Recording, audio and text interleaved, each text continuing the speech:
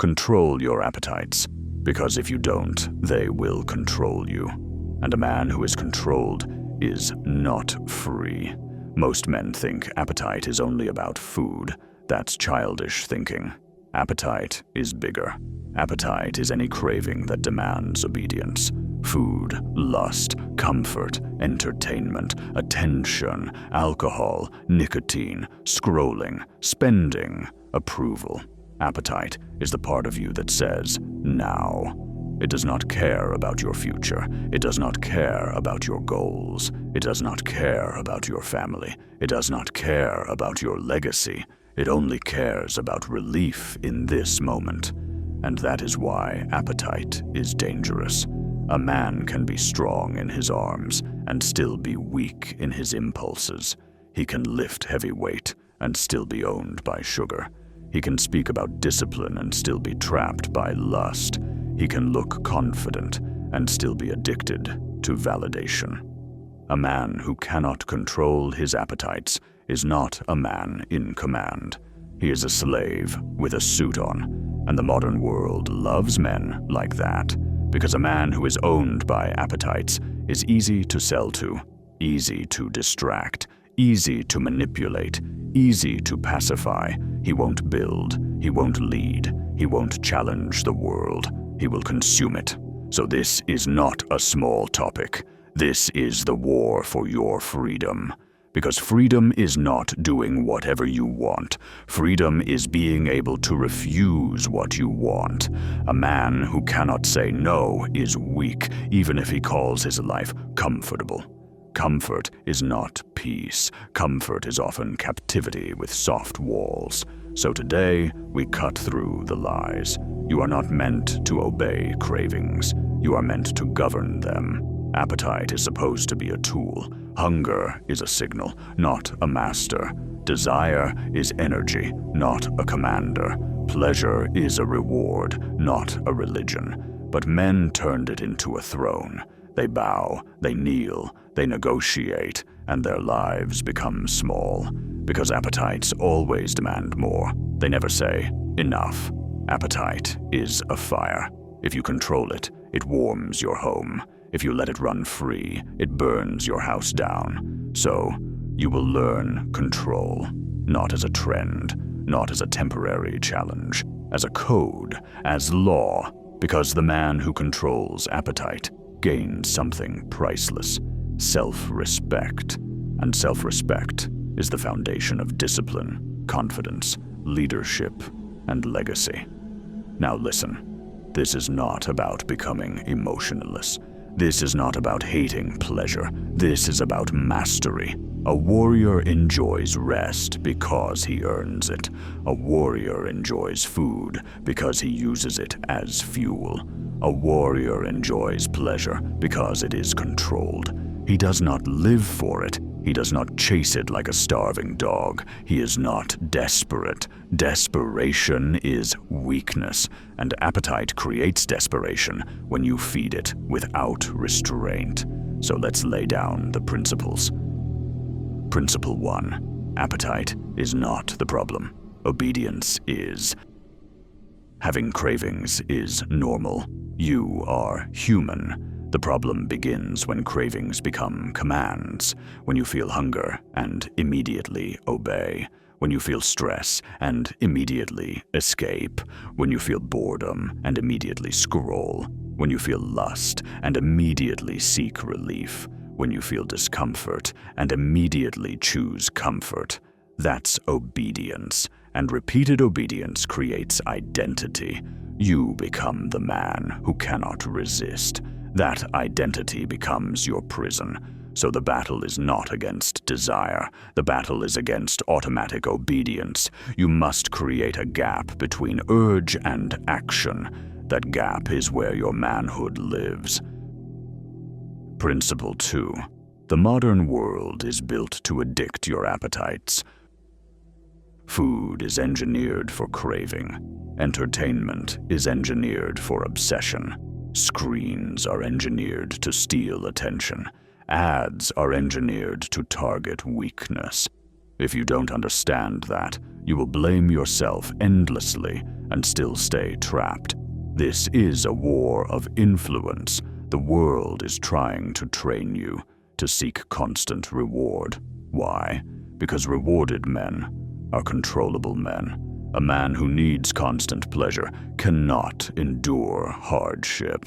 He cannot build. He cannot sacrifice. He cannot carry weight. So you must become conscious. A conscious man can't be easily trapped. Principle 3. You cannot control what you will not confront. Most men avoid confronting their appetites because it exposes them. It forces honesty. You have to admit, I'm owned by this, and ego hates that. So men hide behind jokes. They call it treating myself. They call it winding down. They call it I deserve it. But the truth is simple. If you can't stop, you're not choosing it. It's choosing you. So confront it. Name it clearly. What owns you? Sugar, porn, alcohol, nicotine, scrolling, spending, validation. Do not be vague.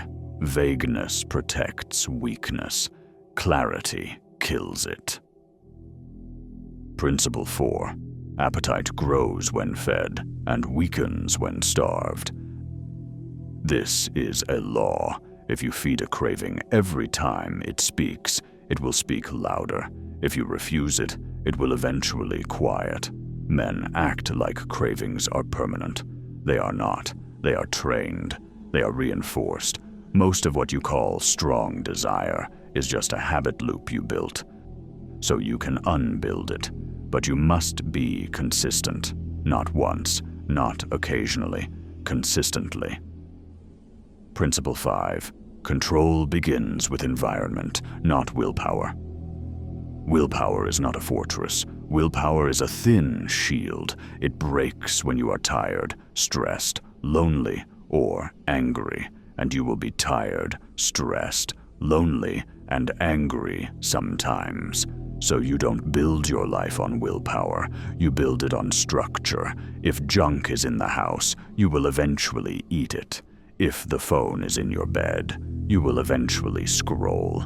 If the vice is easy, you will eventually obey it. So you cut supply lines, remove triggers, add friction, make indulgence inconvenient, make discipline convenient. That is how men win long wars. Principle 6. You must learn to sit with discomfort. Appetite is often not hunger. It is discomfort avoidance. You eat because you are bored. You scroll because you feel empty. You lust because you feel stressed. You drink because you feel pressure. The appetite is a mask. Under it is discomfort. So you must build the skill of sitting with discomfort without escaping. This is why training matters. A man who trains regularly learns to breathe under strain. He learns that discomfort is survivable. That knowledge transfers to appetite control. When a craving hits, he does not panic. He can sit, he can wait, he can endure. That endurance is masculinity. Principle 7. Hunger is a weapon when controlled. Men fear hunger like it is danger. It is not danger, it is signal, and signal can be used. A controlled hunger sharpens focus. It reminds you that you are alive. It builds discipline. When you learn to delay gratification, you strengthen your mind. You become less impulsive in every area: money, work, relationships, leadership. Because delayed gratification is the core of civilization. The man who can delay gratification can build. The man who cannot will destroy what he touches. Principle 8. Appetite control is the foundation of sexual discipline. I will speak plainly. Many men are not suffering because they lack money or status. They are suffering because lust rules their mind. They are constantly chasing release. And the chase makes them weak, it makes them distracted, it makes them desperate, it makes them easy to manipulate. A man ruled by lust will trade dignity for pleasure. He will trade time for fantasy. He will trade purpose for dopamine. That is not freedom. So appetite control includes sexual appetite, not suppression out of shame, governance out of strength. Because strength paired with restraint is the mark of a disciplined man. Principle 9. Appetite control builds self-respect faster than almost anything. When you say no to a craving, you build trust with yourself. You prove you are in command. That proof creates confidence, not arrogance, confidence, because you know you can rely on yourself. Most men feel weak because they have trained themselves to be unreliable. They obey cravings, then feel shame, then repeat. So break the loop, refuse, then refuse again. Each refusal strengthens the spine. Principle 10. You do not need perfect control. You need standards. Some men hear this and become perfectionists. They try to control everything and then collapse. No, you need standards, clear rules, examples, no junk food during the week, no phone in bed, no porn, period, no alcohol alone, no spending without a plan. Choose rules that match your battle, then enforce them. A man without rules is a man without borders, and a man without borders is easily invaded. Principle 11. Learn the difference between fuel and indulgence. Food is fuel. Most men treat it as entertainment. That's why they feel heavy. That's why their energy crashes. That's why their mood is unstable. If you want control, you eat like a man with a mission. Simple foods, protein, fruit, vegetables, water. Enough calories to build, not to numb. Indulgence is not evil. Indulgence is dangerous when it becomes routine. A warrior can feast occasionally, but he does not feast daily. Daily feasting creates softness. Softness creates weakness. Principle 12. Replace appetite with purpose. Men obey cravings when they are empty. When life has no mission, pleasure becomes the mission. So if you want appetite control, build purpose, a craft, a skill, a training plan, a daily work block, something that demands your energy. A man with mission is harder to tempt because his time becomes expensive. An empty man has cheap time. Cheap time is easily wasted. Principle 13. When cravings hit, move your body. This is practical. Cravings are physical energy. They rise. They demand release. If you sit still and negotiate, you often lose. So you move. Push-ups, squats, a walk, cold water, breathing, a quick task. Movement breaks the spell. It shifts the nervous system. It creates a new pattern. This is how you train your brain. When stress hits, you train. When boredom hits, you build. When craving hits, you move. Over time, your default changes. Principle 14. Your appetites are training for leadership. If you cannot lead yourself, you cannot lead anyone. Leadership requires restraint. It requires delayed gratification. It requires calm. A leader cannot be reactive. A leader cannot be a slave to mood. So appetite control is leadership training. Every time you refuse a craving, you are training the leadership muscle. Leadership begins in private. Principle 15. Your future family will live under your self-control. Even if you are alone, understand this. Your wife will need stability. Your children will need a father who is present. A man ruled by appetites is absent. He may be physically there, but his mind is elsewhere, chasing pleasure, chasing escape, chasing dopamine. That absence becomes a wound. So, control appetites now. not only for you, for the people who will depend on you. Now, let's make this real. Here is what control looks like in daily life. It means you stop eating like a boy and start eating like a man. You plan meals instead of reacting to cravings. It means you stop carrying your phone like a leash. You set boundaries and enforce them. It means you stop treating stress as a reason to indulge. You treat stress as a signal to train, breathe, or solve the problem. It means you stop bargaining. Just today, just this once. That is weakness language. A disciplined man speaks differently. No, not now. I obey my code. Now, I know what you might be thinking, but I've tried. I fail.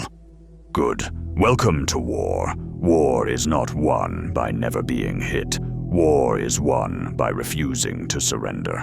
If you fail, you correct. Immediately. You don't spiral. You don't use one mistake to justify a week of weakness. You tighten your system, remove triggers, add friction, return to standards. That correction is how men are built.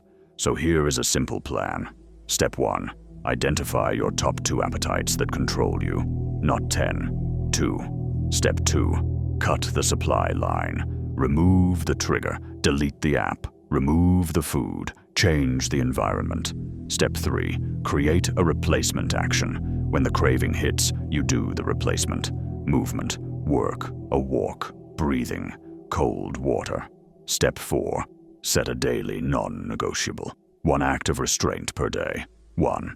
Even if small. No dessert, no scrolling, no porn. Whatever matches your war. Step 5. Track your wins. Not to brag, to build evidence. Evidence builds confidence. Now, I want to close with the truth that most men refuse to face. Your appetites are not harmless. They shape your identity. They shape your destiny.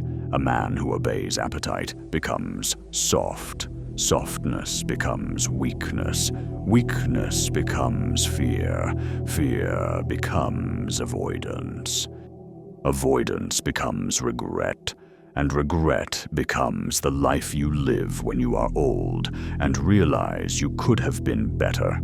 And the worst part is you will know exactly why you failed. Not because life was unfair, because you obeyed cravings. So control your appetites, not because you hate pleasure, because you love freedom, because you want to be a man who can endure, because you want to be a man who can lead, because you want a legacy that is clean, because you want self-respect. A man with self-respect cannot be bought with sugar and screens. He cannot be bribed with comfort. He cannot be seduced into weakness. He stands calm, governed.